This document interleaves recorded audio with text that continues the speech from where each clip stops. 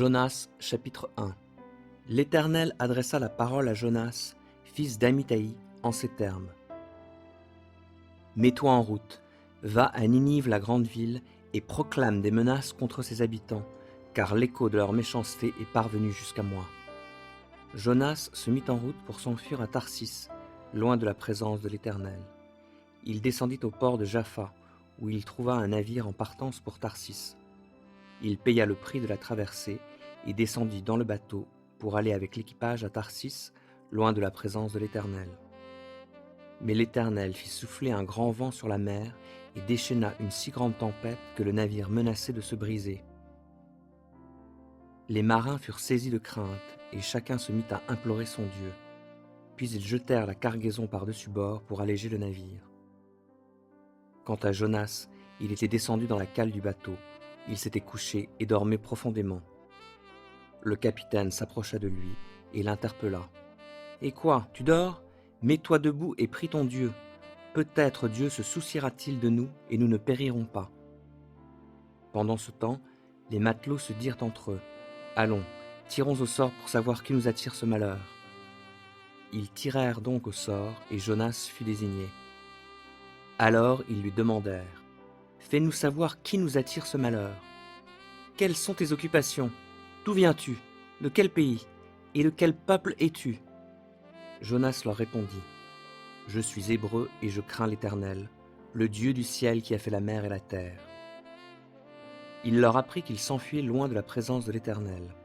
Aussi ces hommes furent-ils saisis d'une grande crainte et lui dirent. Pourquoi as-tu fait cela? Comme la mer se démontait de plus en plus, ils lui demandèrent. Que te ferons-nous pour que la mer se calme et cesse de nous être contraire? Il leur répondit, Prenez-moi et jetez-moi à la mer, et la mer se calmera, car je sais bien que c'est à cause de moi que cette grande tempête s'est déchaînée contre vous. Ces hommes se mirent d'abord à ramer de toute leur force pour regagner la côte, mais ils n'y parvinrent pas, car la mer se déchaînait toujours plus contre eux. Alors ils crièrent à l'Éternel et dirent, Ô Éternel, nous t'en prions, ne nous fais pas périr à cause de cet homme, et ne nous tiens pas responsables de la mort d'un innocent. Car toi, ô Éternel, tu as fait ce que tu as voulu. Puis ils prirent Jonas et le jetèrent par-dessus bord. Aussitôt la mer en furie se calma. Alors l'équipage fut saisi d'une grande crainte envers l'Éternel. Ils lui offrirent un sacrifice et s'engagèrent envers lui par des vœux. Jonas 2. L'Éternel fit venir un grand poisson pour avaler Jonas. Durant 3 jours et 3 nuits, Jonas resta dans le ventre du poisson. Dans le ventre du poisson, il adressa cette prière à l'Éternel, son Dieu. Dans ma détresse, moi, j'ai crié à l'Éternel, et il m'a répondu. Oui, du cœur du séjour des morts, j'ai crié au secours, et tu m'as entendu. Tu m'avais jeté dans l'abîme au fond des mers, et les courants m'ont encerclé. Tous tes flots et tes vagues ont déferlé sur moi. Je me disais, je suis chassé de devant toi. Pourtant, je reverrai ton temple saint. Les eaux m'environnaient et menaçaient ma vie. L'abîme m'enserrait. Tout autour de ma tête, les algues s'enlaçaient. Et je suis descendu jusqu'au tréfonds des mers où naissent les montagnes. La terre avait déjà tiré derrière moi ses verrous pour toujours. Mais du fond de la fosse, tu m'as fait remonter vivant, ô Éternel, mon Dieu. Quand je désespérais de conserver la vie, je me suis souvenu de toi, ô Éternel, et ma prière est montée jusqu'à toi, jusqu'à ton temple saint. Ceux qui s'attachent à de vaines idoles se privent de la grâce.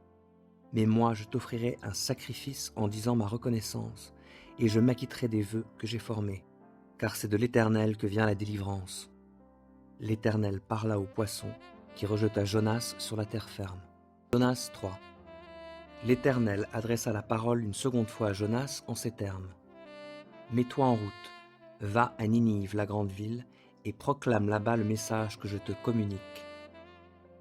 Jonas se mit en route et se rendit à Ninive, comme l'Éternel lui avait demandé. Or Ninive était une ville extrêmement grande, il fallait 3 jours de marche pour en faire le tour. Jonas entra dans la ville et commença par y marcher toute une journée en proclamant. Dans 40 jours, une catastrophe viendra sur Ninive. Les habitants de Ninive crurent en Dieu, ils publièrent un jeûne, et quelle que fût leur condition sociale, ils revêtirent des habits de toile de sac. Le roi de Ninive, informé de la chose, se leva de son trône, enleva son manteau royal, se couvrit d'un habit de toile de sac, et s'assit sur de la cendre.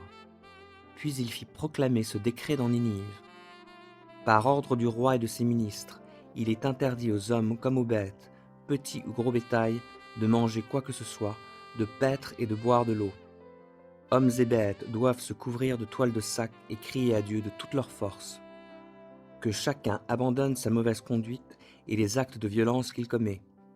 Qui sait, peut-être Dieu se ravisera-t-il et décidera-t-il de changer de ligne de conduite en abandonnant son ardente colère, de sorte que nous ne périrons pas.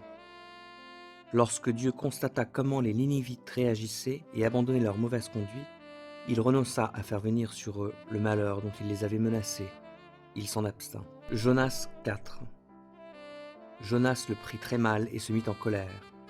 Il adressa cette prière à l'Éternel.